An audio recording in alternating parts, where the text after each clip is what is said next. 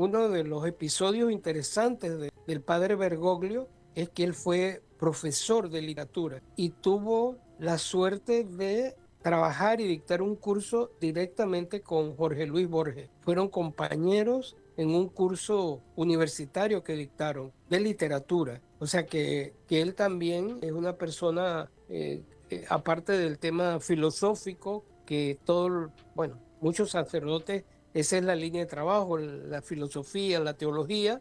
También él se fue por la línea de la literatura. Y fue una persona que tuvo que sortear los problemas de la dictadura que hubo en Argentina. Hubo un periodo dictatorial muy fuerte, con una gran represión. De poder compartir este momento en Radio Ancón y con la audiencia de esta hora del relax y en el fondo las torres.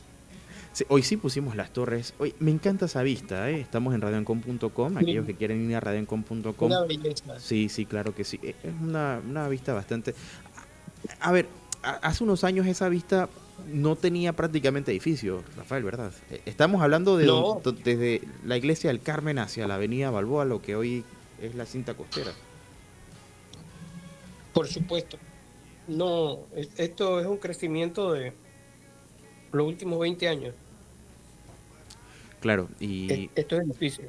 y hablando de crecimiento de los últimos años, uno de los quizás acontecimientos más importantes en cuanto a revés en la economía panameña ocurrió en 2023 y acto seguido pues todo lo que ha ocurrido tras el cierre de la mina en Donoso, la más grande a cielo abierto de Centroamérica. Y hablamos de esto porque cuando lo miramos en esa magnitud, Rafael, no es un tema menor, o sea, más allá de las posturas y sabemos todo lo que sucedió a finales de ese año, creo que hay que hablar y ser claros que no es un tema que podemos sencillamente ignorar, archivar y así nomás. Sí, bueno, Panamá por su propia condición geológica tiene muchos recursos minerales y dentro de esos recursos minerales están el cobre. Hay más de una mina de cobre en Panamá. Está también la mina de Cerro Colorado que está dentro de la comarca Nove y fue toda vamos a decir, un hito importante en nuestra historia, todo lo que ha ocurrido en torno a al, ¿cómo se llama? El yacimiento, ¿no? De Donoso. Yacimientos, creo que hay varios. Y bueno, es un área que no hay mucha población, no hay tanta demografía y que está un poco lejano. Quizá por eso durante mucho tiempo se ha podido desarrollar desarrollar pues la actividad sin, digamos, sin mucha presencia allí, hasta que hubo pues este estallido del 23 octubre, noviembre del 23, y todavía están, vamos a decir, las heridas abiertas. De todas maneras, sí creo que es interesante hablar sobre uno de los actores en este momento. Es muy curioso el gobierno del presidente Mulino, donde hay varios activistas importantes del PRD. Uno de ellos es Juan Carlos Navarro. Juan Carlos Navarro no solo es activista del PRD, sino que ha sido reconocido como uno de los activistas proambientales, ambientalistas más importantes. Estuvo muchísimos años al frente de una organización curiosa que nació en Panamá, que es ANCON, es la Asociación por el Desarrollo de la Naturaleza, y eh, él estuvo pues al frente, hizo pues muchas iniciativas en favor del ambiente y la gente lo recuerda por eso. Antes de ser el, digamos, el responsable de ANCON y tener ese perfil de, de ambientalista, como uno de los líderes ambientalistas de Panamá, él fue boxeador Ah, aficionado. mira qué interesante, ¿ah? Sí, O sea, que boxeador aficionado. sabe pelear entonces. Bueno, sí, sí, con, con con el boxeo aunque no era boxeo, lo que llaman profesional, remunerado, era boxeo aficionado, aprendes a boxear, aprendes a pelear, ¿no? Porque tienes que enfrentarte a un contrincante.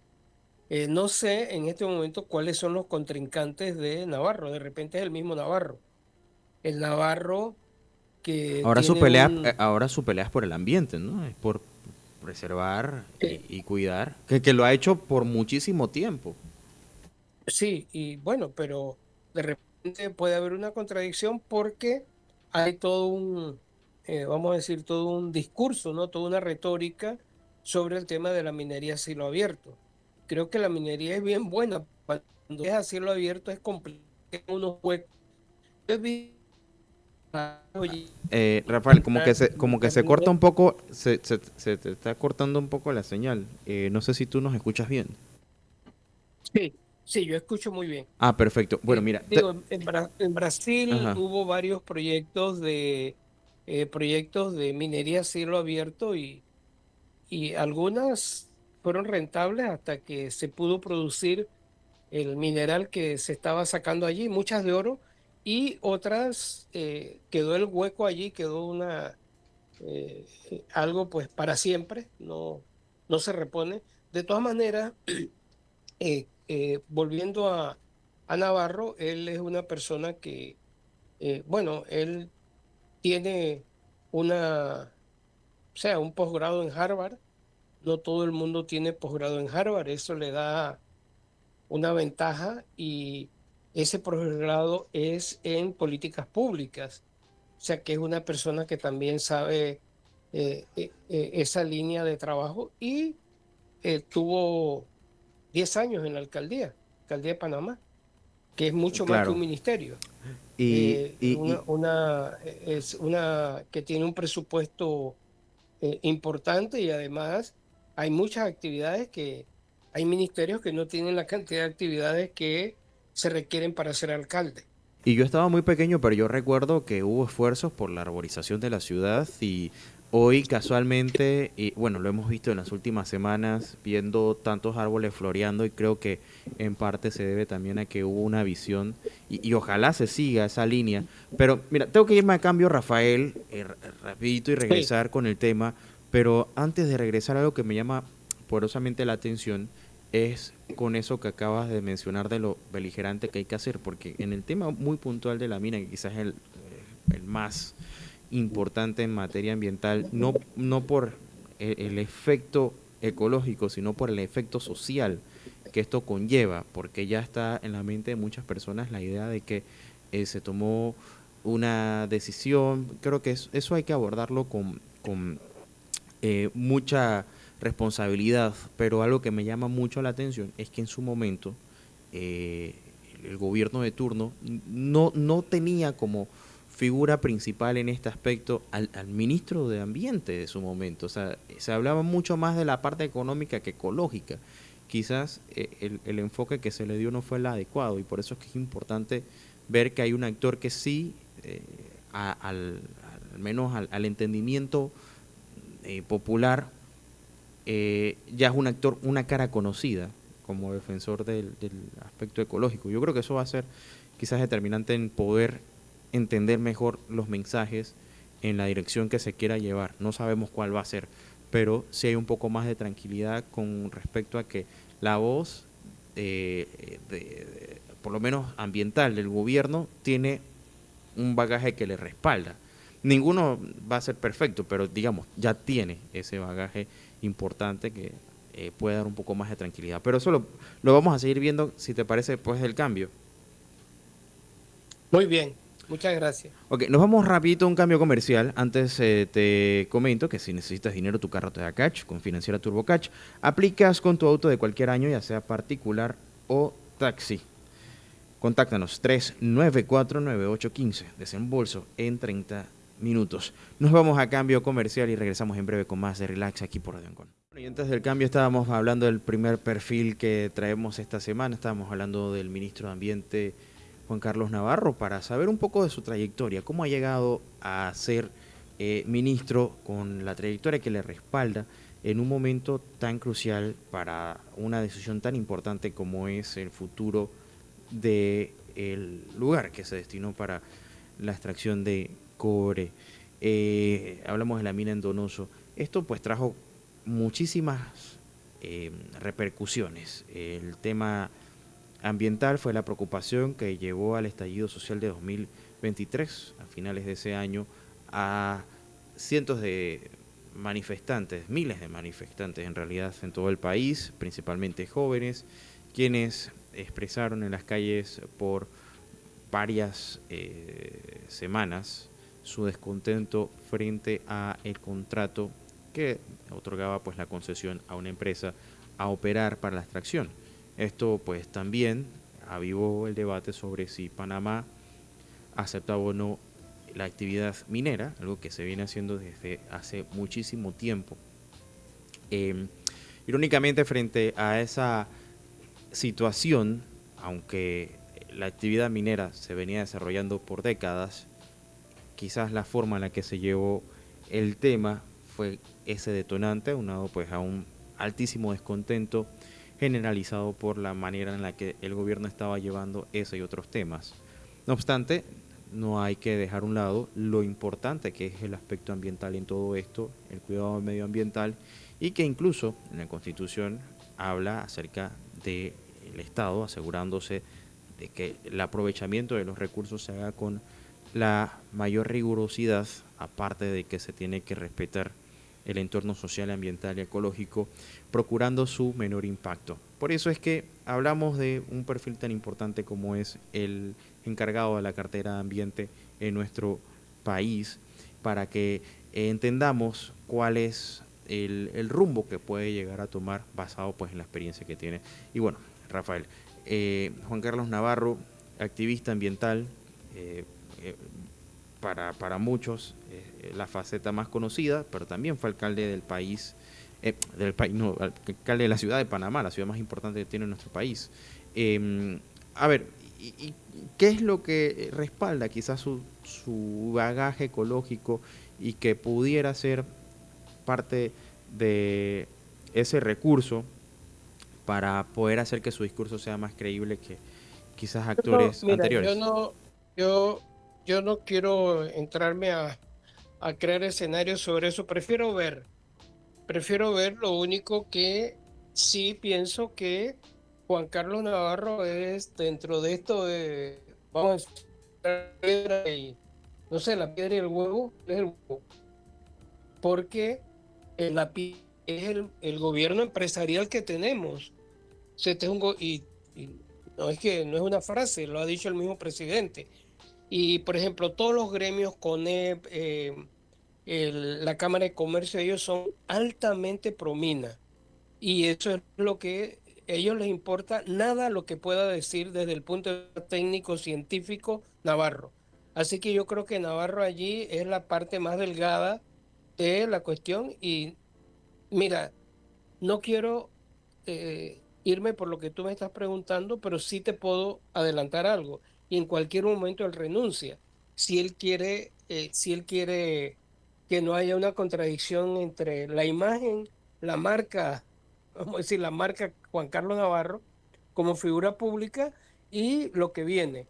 Que yo creo que lo que viene pasa mucho por ver cuál es el humor de la población en este momento, porque yo creo que no debemos olvidar las imágenes de hace menos de, bueno, ¿cuánto?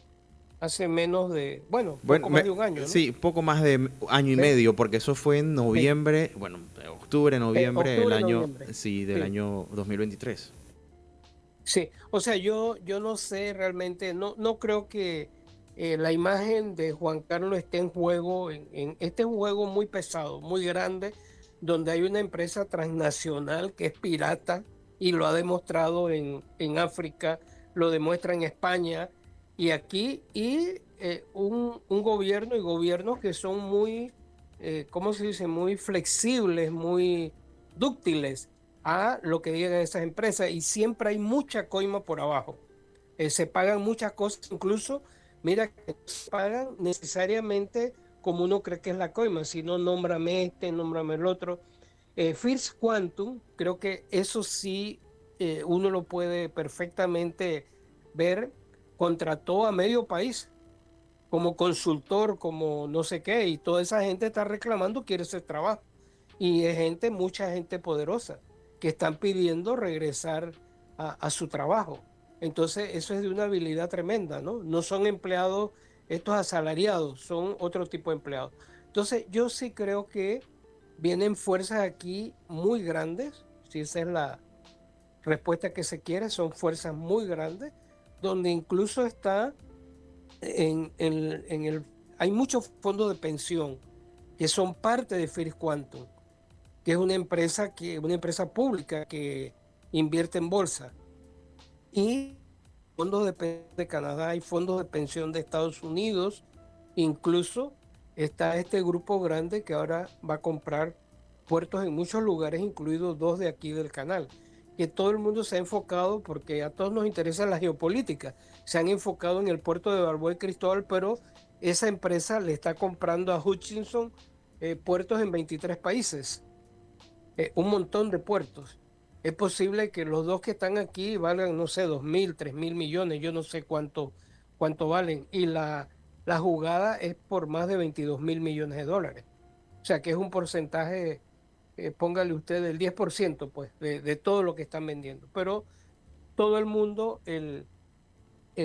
vamos a decir, la forma mediática de todo el mundo se ha concentrado en los puertos de Panamá.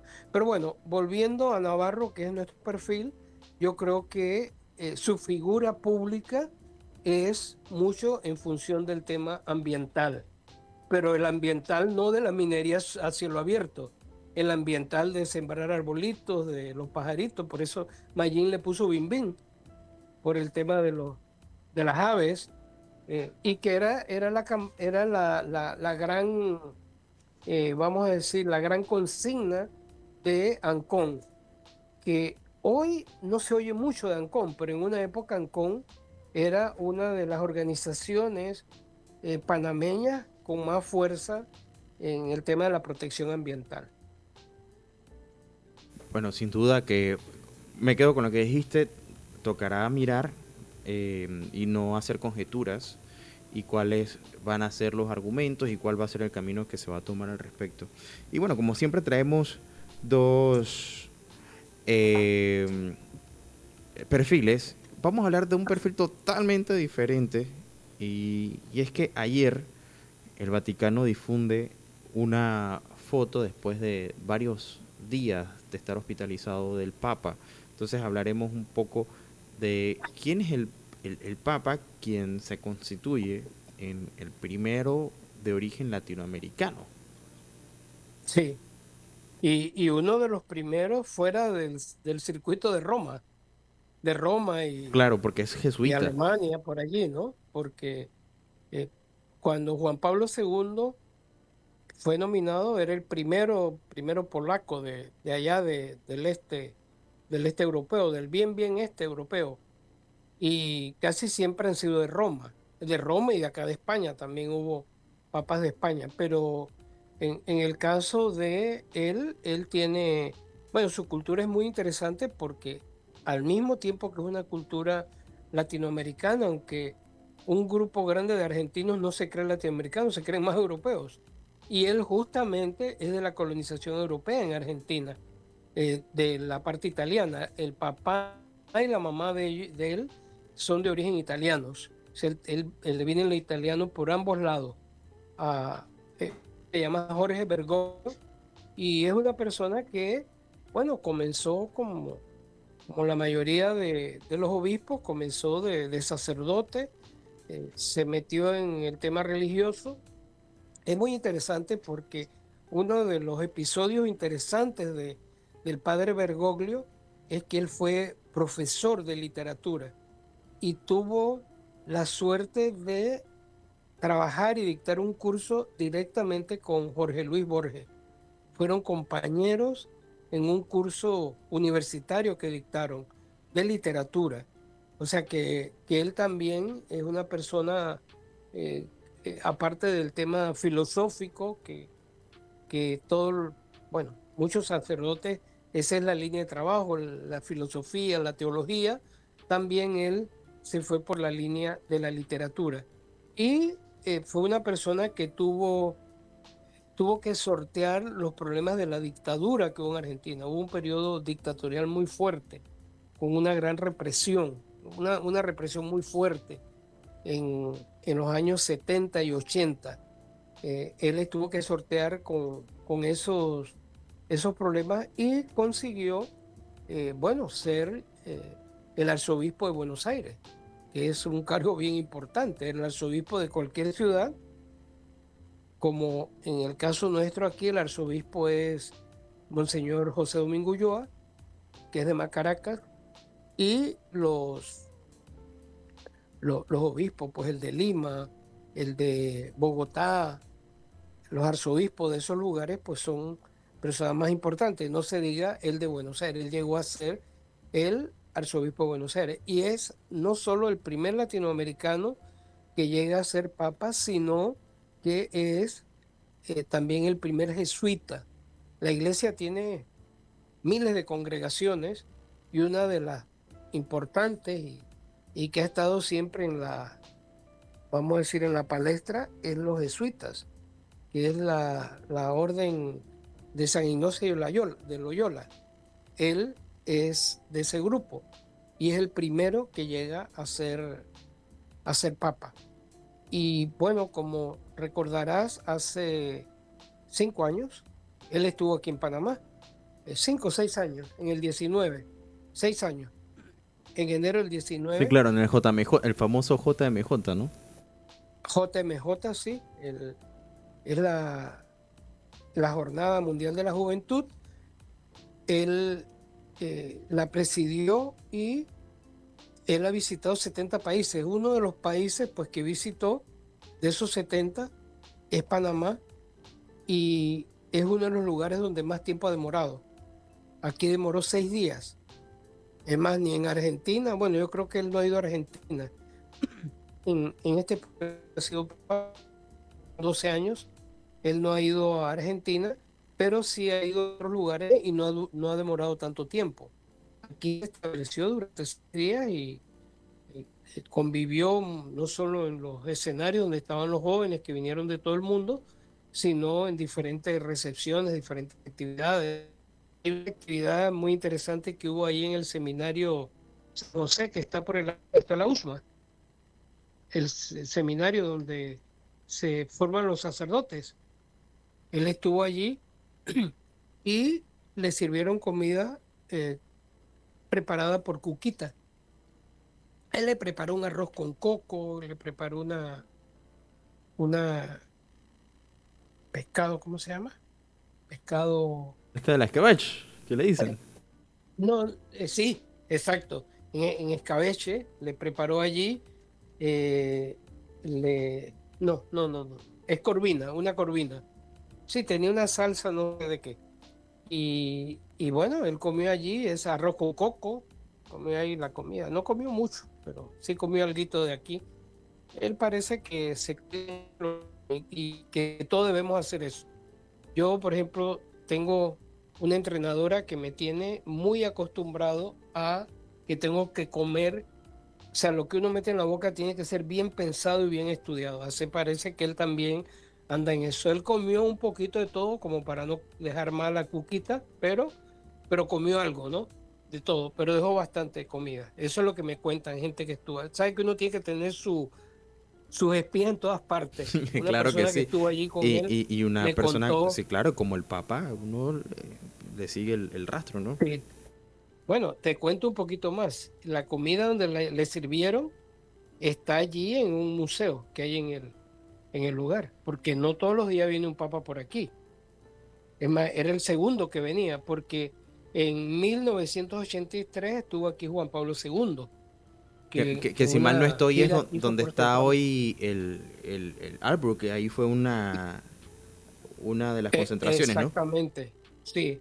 Donde está, sí, Albert, ahí donde está el aeropuerto. En ese Sí, tiempo el aeropuerto, ese aeropuerto que está ahora allí, que le llamamos el aeropuerto de Albrook, estaba acá en Paitilla, donde hoy está el el mall, centro el comercial multiplaza, claro. Multiplaza. Mm. Multiplaza, ahí era el aeropuerto y de allí lo trasladaron hacia donde está ahora, pero en el momento que el Papa vino, esa era una plaza así libre, y allí se calcula que hubo 300.000 personas que vinieron de todo el país, incluso otros países, porque él vino a Centroamérica, pero acá llegaron personas de Sudamérica que querían estar pues en esa concentración que hubo allí. Hubo otra también hoy se llama Rommel Fernández, en ese tiempo se llamaba Estadio Revolución. Y bueno, ese fue el primero en el 83, y entonces ahora en el 2019 vino Juan Pablo II. Él ha tratado, como todos los papas, tratan de hacer una reforma económica en la iglesia. La iglesia tiene, bueno, tiene muchas propiedades, tiene banco, el Vaticano es un pequeño emporio, pero hay mucha corrupción, es una cosa terrible. Y entonces él ha tratado de combatir la corrupción, y por otro lado se ha enfrentado a muchos sectores de la iglesia porque hay muchos intereses en el tema de la pedofilia y el abuso a menores. Él ha tratado entonces no ha quedado bien con unos ni con otros, porque hay personas que dicen que ha sido muy tibio, y otros dicen, bueno, ¿cómo te vas a meter con personas que son de la iglesia? Porque mucho del tema del abuso en todo el mundo, en muchas diócesis, ahí, por ejemplo, está el caso de Santiago de Chile, en muchos lugares en Estados Unidos, hay lugares mucho más en Alemania, muchos lugares más fuertes, y además que son crónicos por décadas, se han hecho teniendo la vista gorda de las grandes autoridades. O sea que por omisión y eh, por connivencia, las autoridades han estado allí, aunque vamos a decir, no han tocado a un niño, pero sí ¿cómo se dice? Han pecado, ¿no? Por dejar que las cosas ocurran. Entonces es un tema muy delicado, y en varias ocasiones se ha creído que el Papa en cualquier momento le pasa algo, ¿no? Porque él ha ido más allá, y el tema también de los homosexuales. Incluso él dijo algo que creó una gran polémica, y es que podía haber una bendición como especial para las parejas que son homosexuales. Entonces ha sido pues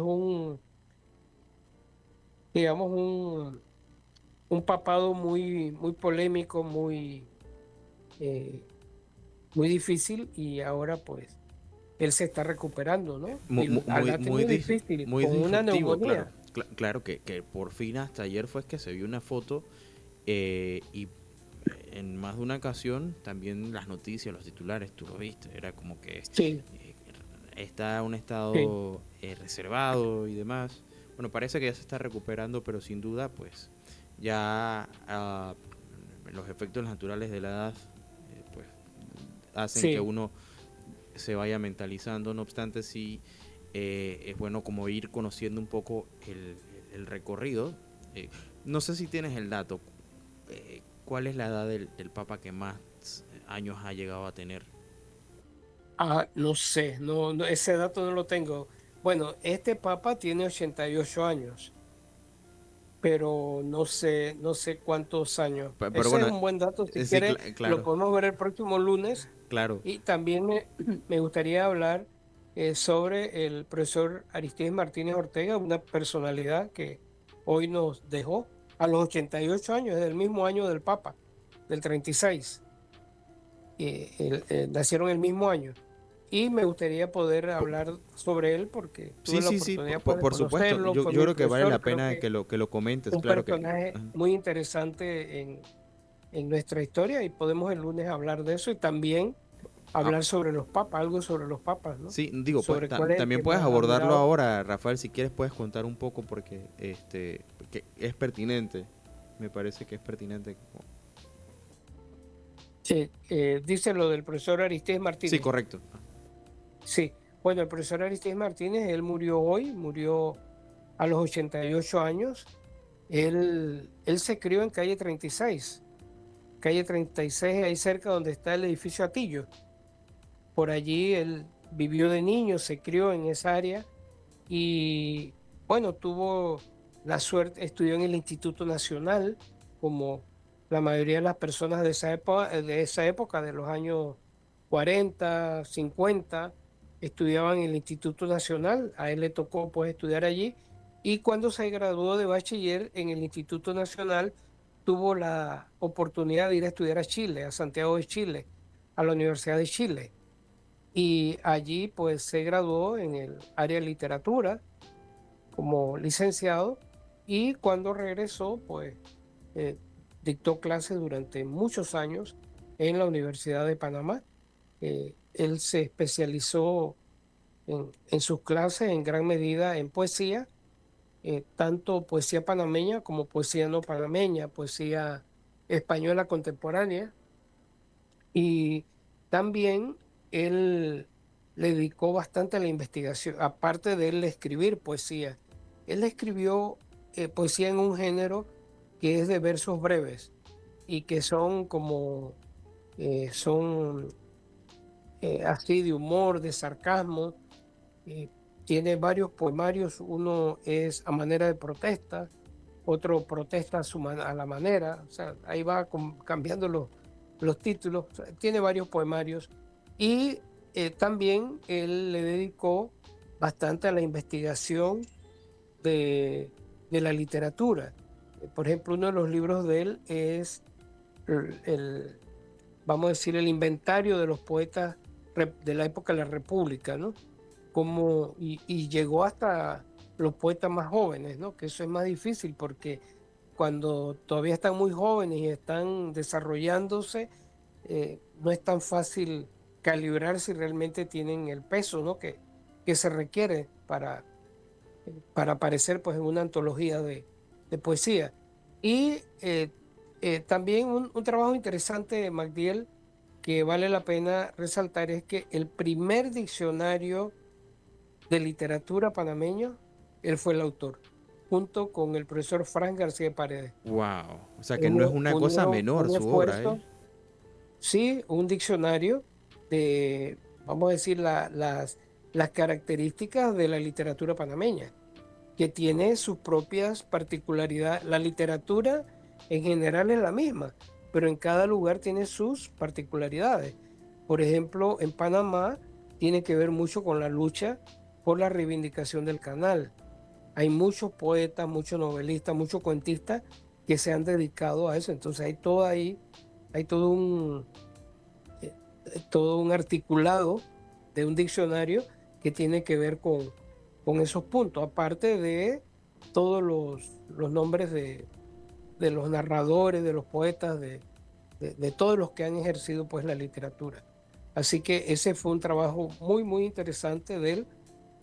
Dictó clase, investigó también, dictó clases, creo que me dicen que también en la secundaria, recién llegó de Chile, dictó también en la escuela secundaria, después en la Universidad de Panamá y desde 2010 él era académico de número de la Academia Panameña de la Lengua y ahí tuvo un trabajo bien interesante. Él se dedicó a promocionar la edición de varios libros, como por ejemplo uno de los tomos de un periodista, escritor, pensador panameño, que era empírico, muy empírico, que es Diógenes de la Rosa. Él recogió y analizó, estudió pues parte de la obra de Diógenes de la Rosa y más recientemente, yo creo que hace menos de un año salió publicado un libro que, de textos completos de Darío Herrera, que fue un escritor panameño de finales del siglo XIX.